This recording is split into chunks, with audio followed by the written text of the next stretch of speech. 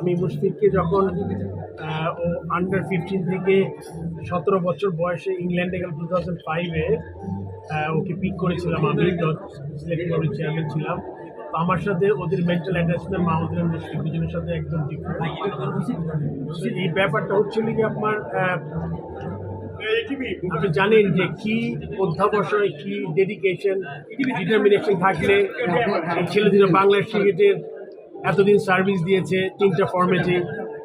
এবার আপনি চিন্তা করে দেখেন, এটা আসলে বাংলাদেশে তাদের অনেক মিস করবে এবং অত্যন্ত গর্ব করে বাংলাদেশ ক্রিকেট তাদের স্মরণ রাখবে যে আজকে আমাদের ক্রিকেটের যেই দীর্ঘ পরিক্রমা এদের দুইজন বলবো লিডিং সৈনিক, যারা আমাদের আমাদের মানে একজন এখনও আছেন যারা খেলবেন না, তো লঙ্গার পার্সন, আর মাহমুদের 3টা ফর্মেট থেকে বিদায় নিয়েছে।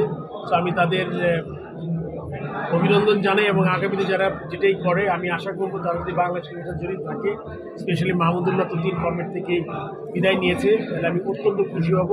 এবং যদি এখনই সে যোগ হয় আমি এর চেয়ে খুশি হব, মানে আমি আমার থেকে বেশি খুশি হব। তো আমি তাদের অভিনন্দন জানাই এবং বাংলাদেশের ক্রিকেটকে তারা এত দীর্ঘ সময় যে আপনার সার্ভিসে চেয়েছে তাদের ধন্যবাদ জানাই আমি পুরো দেশবাসীর পক্ষ থেকে। এটা আসলে একান্তই প্লেয়ারদের ব্যাপার। এখন প্লেয়ারের ব্যাপারটা হয় কি, আপনি এটা তো একদম সাথে সাথে কোনো ডিসিশন নিতে পারবেন না।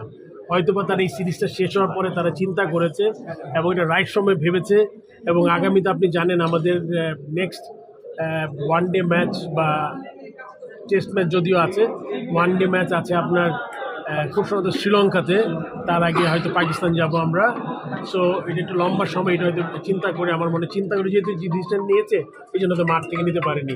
আমাদের আসলে চেষ্টা করব যাতে তাদের একটা মানে প্রপার সম্মান জানাতে পারি আমরা, যে কোনো ফর্মে যে কোনো জায়গায় হোক, এটা আমরা চেষ্টা করব।